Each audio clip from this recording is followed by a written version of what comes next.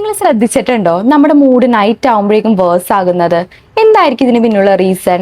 First reason ആണ് brain fatigue. നമ്മുടെ emotions regulate ചെയ്യാനും നമ്മളെ ലോജിക്കലി തിങ്ക് ചെയ്യാനും ഹെൽപ്പ് ചെയ്യുന്ന ബ്രെയിൻ്റെ ആ ഒരു ഭാഗം നൈറ്റ് ആകുമ്പോഴേക്കും എക്സോസ്റ്റഡ് ആവും. അതുകൊണ്ട് തന്നെ നമുക്ക് വരുന്ന ഇമോഷൻസ് മാനേജ് ചെയ്യാനും ലോജിക്കലി അതിനെ ഇവാലുവേറ്റ് ചെയ്യാനും നമുക്ക് ബുദ്ധിമുട്ടുണ്ടാകും. സെക്കൻഡ് റീസൺ ആണ് റുമിനേഷൻ. ഡേ ടൈമിൽ നമുക്ക് പല ഡിസ്ട്രാക്ഷൻസും ഉണ്ടാകും, പക്ഷേ നൈറ്റ് അങ്ങനെയല്ല.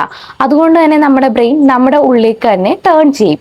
ഈ ഒരു ടൈമിൽ നമ്മൾ പ്രോസസ്സ് ചെയ്യാത്ത stress, worries, thoughts, memories, beliefs ഇതൊക്കെ സർഫസ് ലെവലിനകത്തേക്ക് വരും. അതായത് നമ്മുടെ ബ്രെയിൻ ടയേർഡ് ആയി കഴിഞ്ഞാൽ ഈ ഒരു കാര്യം ശരിയാണോ തെറ്റാണോ എന്നായിരിക്കില്ല ചിന്തിക്കുന്നത്, മറിച്ച് ഇത് സത്യമല്ലേ എന്നായിരിക്കും.